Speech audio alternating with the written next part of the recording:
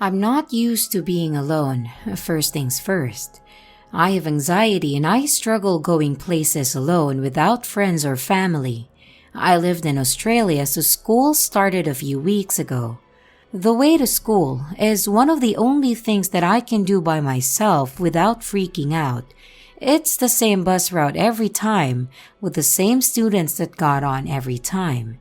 And I lived about an hour away from school, so I had to leave early.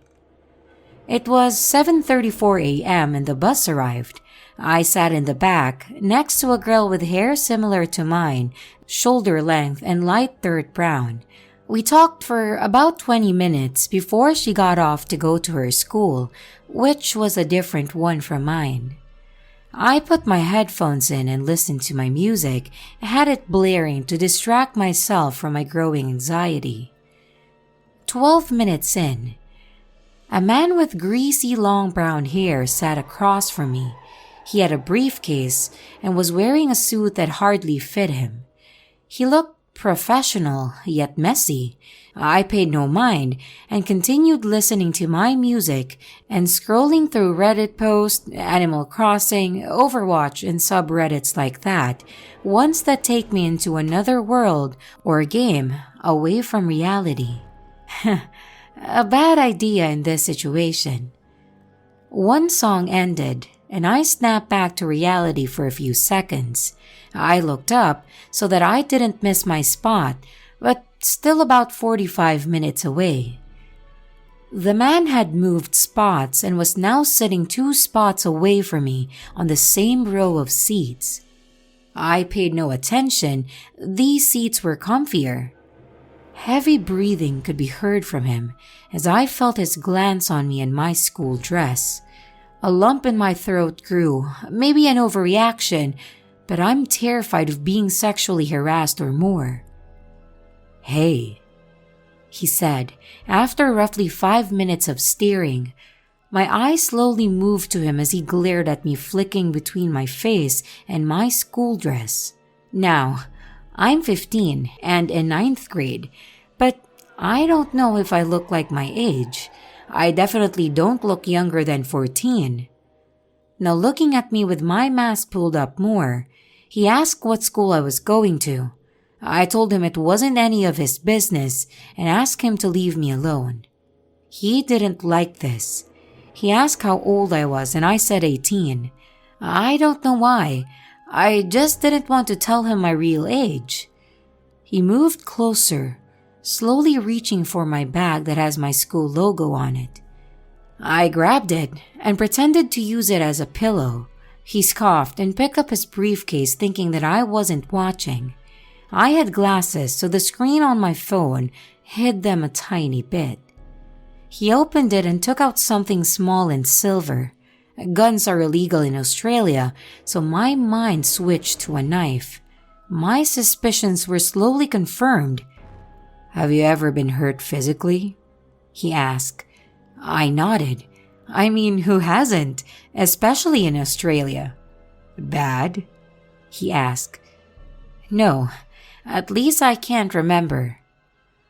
He laughed, forming a pit of fear and sadness. I peered up and outside of the bus, still 20 minutes away. Students sat at the bottom of the bus. I didn't recognize anyone, but they could still serve as a way for me to get away from being alone with this fucking creep. Yet, I was too scared to move. I peered over at him, and he was still staring, the small silver knife glistening in his suit pocket. "You're pretty." Fuck off, I thought. You can't even see half of my face. And I felt his eyes on my chest. My chest was definitely developed than a normal 15 years was, and I had a fast metabolism, so I was skinny and had hardly any strength. Not unusual for a girl who spends most of her free time writing and gaming, or even sleeping. You could tell from my arms, not ridiculously skinny, but not the opposite either. He was talking about random stuff, but I couldn't hear him over the sound of my heart beating in my ears. I took a deep breath, and slowly came back to reality. It's a shame you have school. I live near here. Of course you do. I'm not a sex offender either. Stupid thing to say. He glared at me angrily, like he could hear my thoughts. Emily, I heard. My best friend Lily stood up on the steps to the back of the bus. I could see a smile of worry on her face as she placed her water bottle back in her bag. She was little, but she didn't take anyone's shit, and she always had my back. She gestured to come to sit down with her and some familiar students, and I grabbed my bag, covering the school logo with my hand. Once we sat down, I saw the creep staring still. He stared at me the whole ride until we got off a stop before school so he couldn't find out. The bus was pretty full at this point, so he struggled to follow me. Once the bus left, I collapsed on the bench and cried on my friend's shoulder, relieved. I told her everything on the way to school. I knew he was going to hurt me, possibly kill me, and I'm so grateful for my best friend's great timing.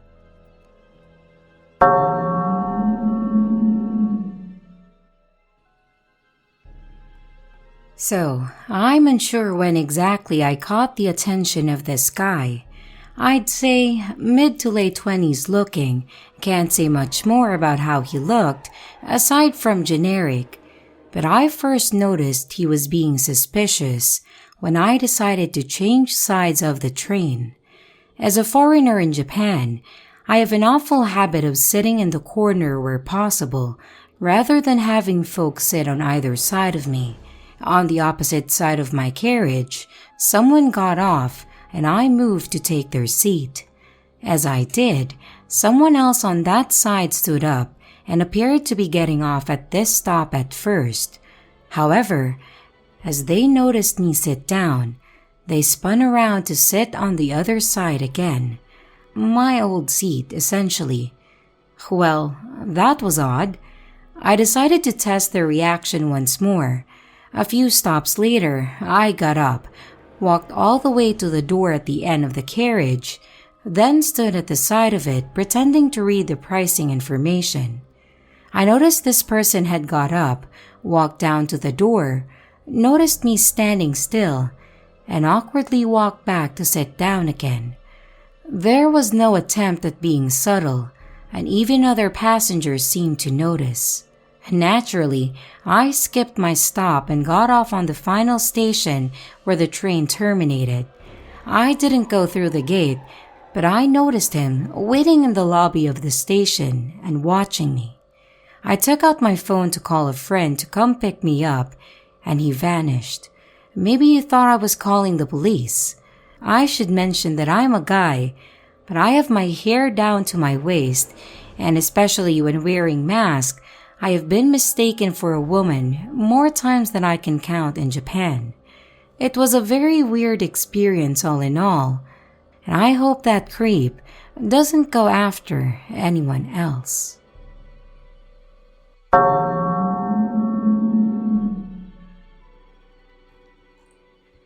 Hey guys, so I had told my story about the time that I was knighted in a buffet parking lot by some psycho church official from Delaware, and I got to thinking, are there any other creepy encounters that I've had? The answer is unfortunately yes. The ironic thing is, this story also takes place in middle school when I was in 7th grade having the worst school year ever. It was shortly before this event that I had been knighted, just to give you a time frame. To start off the bat, I'm a straight male just to give context to the story. Anyways, here's where it begins. There was this girl in my neighborhood who I had been friends with since the 4th grade, when I had switched school districts.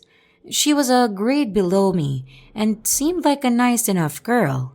We talked on the bus frequently until I didn't see her for a year when I went up to middle school in 6th grade and she was still in 5th. I didn't see or hear from her in that stretch of time.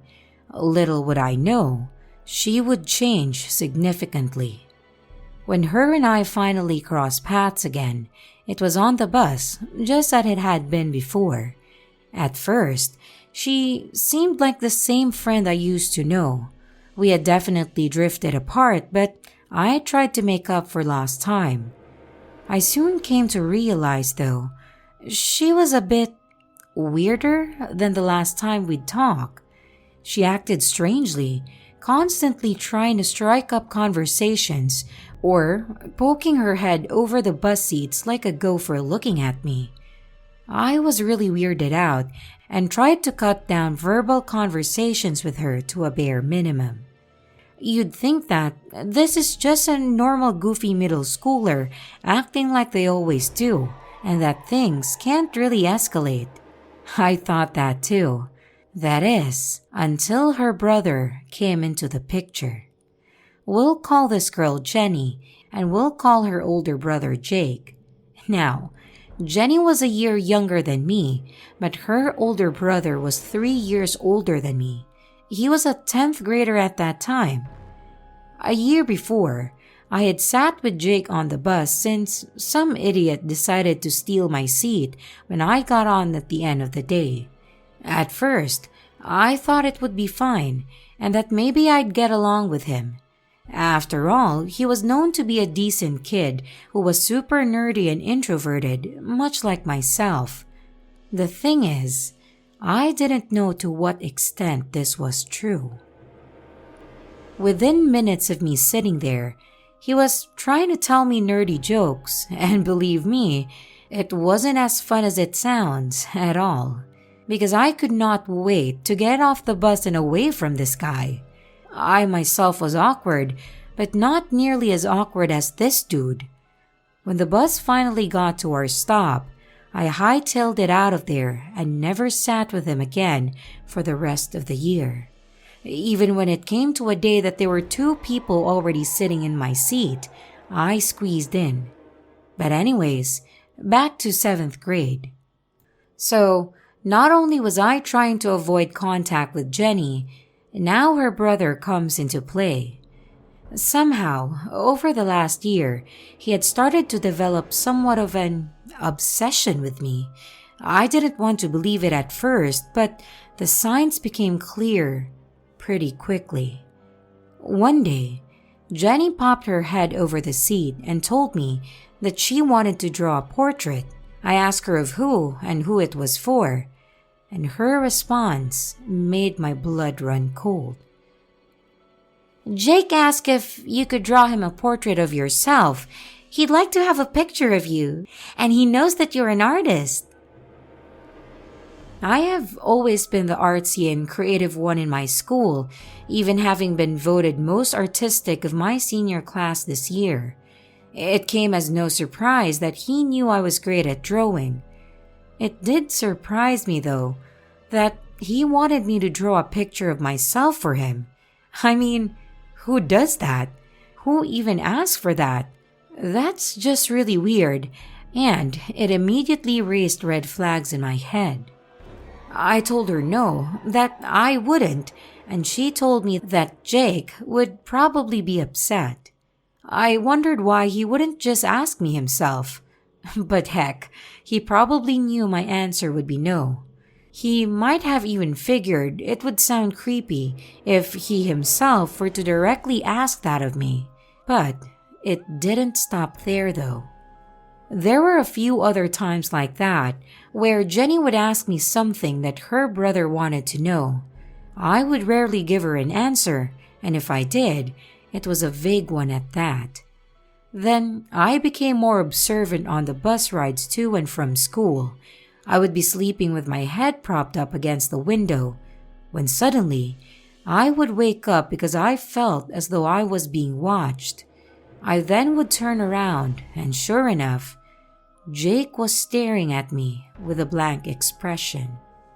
I tested this just to see if that was a one-time occurrence.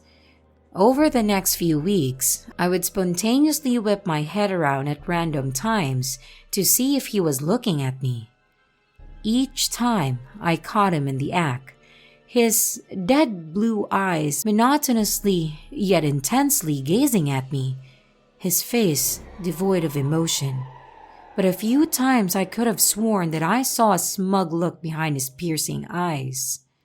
It was at this point that I began to not feel safe on the bus. This guy was seriously weirding me out, and there was no end in sight. My grades began to suffer in school, and at that time, I thought it was because I didn't grasp the concepts in class. But looking back on it, this probably factored into it. One day, things went too far. The bus pulled up to our bus stop to let us off for the night, and I immediately started speed walking as soon as I hit the street. You see, my house was up a long stretch of road uphill, and then I would turn and go up an even longer hill of driveway to reach my house. Therefore, I had quite a trek before I reached the safety of abode. So, I'm speed walking up the street when all of a sudden, I hear Jenny call out, "Hey!" while screaming my name. "You better run!" She said it in a sing-song voice, and I was extremely confused. Then I saw him. Running across 3 sets of yards, Jake sprinted over to me from his house, which was diagonal from mine and about a block away. I freaked out and walked even faster. I don't know why, probably because of my fear, but I couldn't run. He caught up to me and slowed down, walking beside me. In his terribly awkward manner, he tried to make small talk but utterly failed.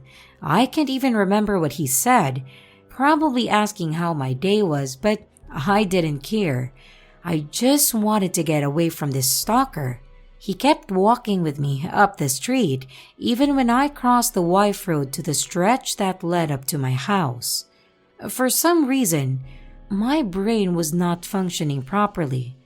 I only prolonged my experience by stopping at our mailbox to see if there was any mail. Grabbing the newspaper, I told him that I had to go, and then I walked to the edge of my driveway and started hiking up. He watched me for a few seconds before shouting goodbye and dashing back across the street.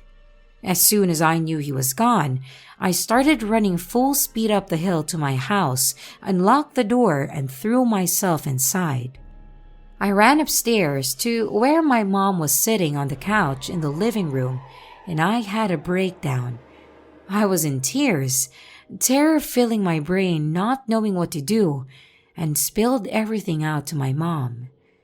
I had kept her up to date on the weird going-ons, and up to this point, she had decided that it didn't warrant anything needed to be done. But him following me to my house? That was enough for her. She called my school and immediately got the vice principal involved, who also filled in the main principal. The vice told my bus driver, who then switched my seat to be closer to her and forbade Jenny and Jake from talking to or sitting near me on the bus from then on. The main principal then contacted one of the assistant principals at the high school and had him pull Jake out of the class and question him, while he pulled Jenny out of her class too to do the same. Both my parents and their parents were called in for meetings, and to our horror, his parents even knew about it all. They said for months now, Jake had been obsessing over me, confirming what we all thought. No matter what they were doing, whether it be eating dinner or just relaxing, he only ever brought up one topic: me. Ultimately, 2 conclusions were reached.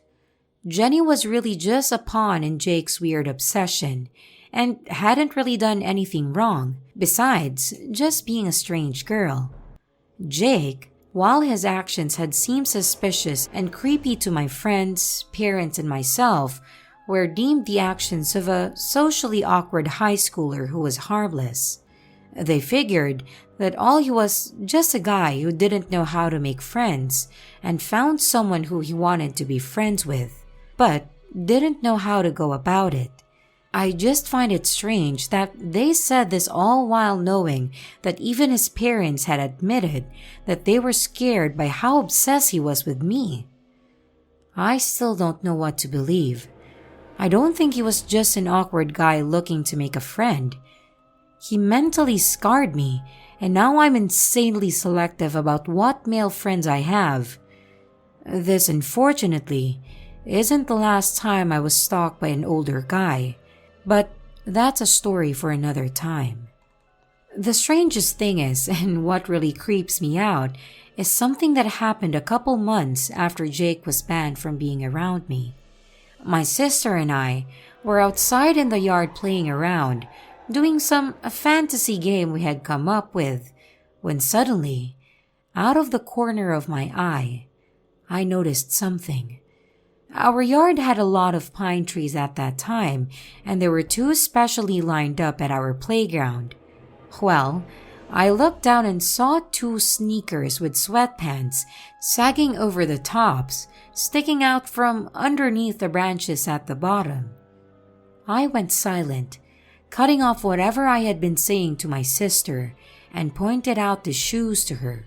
Her face went white. I pointed to our house and she nodded. We both ran like the hounds of hell were on our heels and slammed the front door shut behind us. We told my mom and we all went outside to check and see if whoever was standing in our tree was still there. But they were gone. No signs of anyone being there. My mom thought that I was hallucinating, and I would have too, if it had not been the fact that my sister saw it as well. I have a feeling that it was Jake in the trees though. It honestly wouldn't surprise me. We didn't report this to the school since we had no evidence, but this always haunted me. My sister and I rarely went outside to play after that. We were too creeped out by that day's events. I only ever saw Jake a few times after that, when I was a freshman and he was a senior, and occasionally I would be walking the opposite way from him in the halls. When that would happen, I would just look down at the floor until I was sure that he was gone. I never wanted to chance a conversation with him, but after he graduated, I never saw him again. Jenny gradually became more normal, and by the time she was a freshman, I forgave her and we became friends again. We aren't as close as we used to be, but she's a decent enough person now and isn't stalkerish. And that's how I was stalked by a high schooler when I was in middle school, an event that scarred my young mind and is still as fresh as ever in my head. So, to the weird, socially awkward dude who decided to obsess about me for months on end, I hope I never see you again.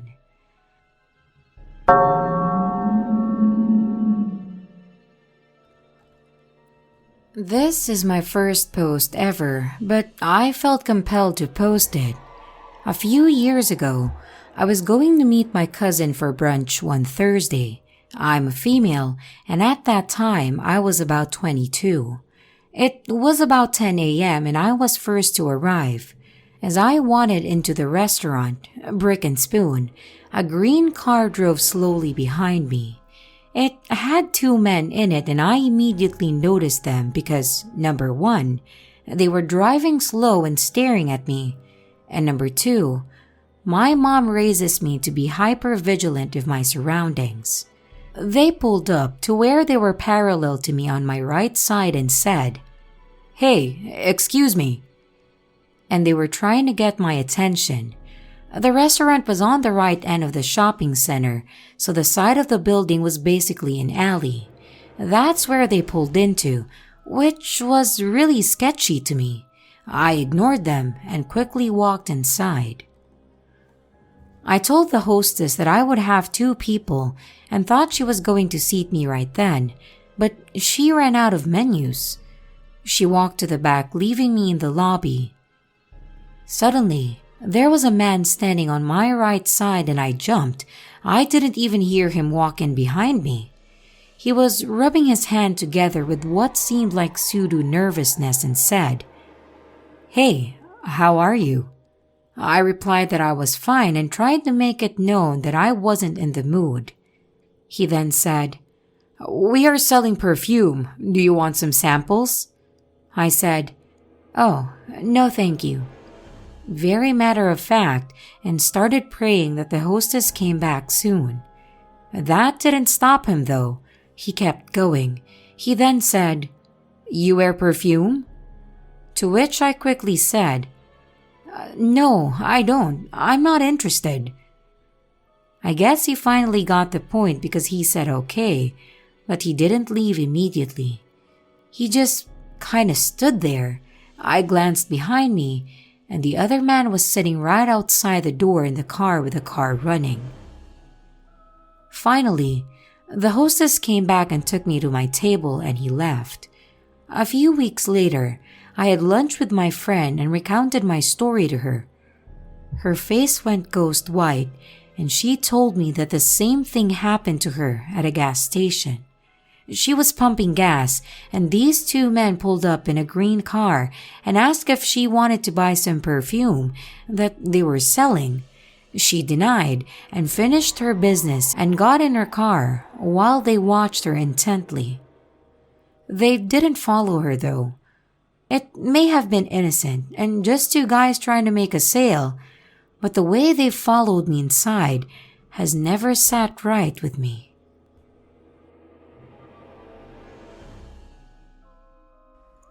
Hello everyone, it's your creepy sister here. Thank you so much for watching the video. I really appreciate each and every one of you. I would also like to thank my following patrons: Fire05, Gabriel, Maskino, Ralph, Lori, and Jake. Thank you very much. I really appreciate it. If you want to support the channel further, you can be a patron too. But remember, it's appreciated, but never a requirement. I would also like to announce that we have merch now. The link is in the description of the video, along with all my other social media links, like my Discord server, Twitter, Instagram, and others. You can connect with me and send your stories there. And don't forget to like and subscribe if you haven't yet, and comments are highly appreciated. And remember, your fear feeds me.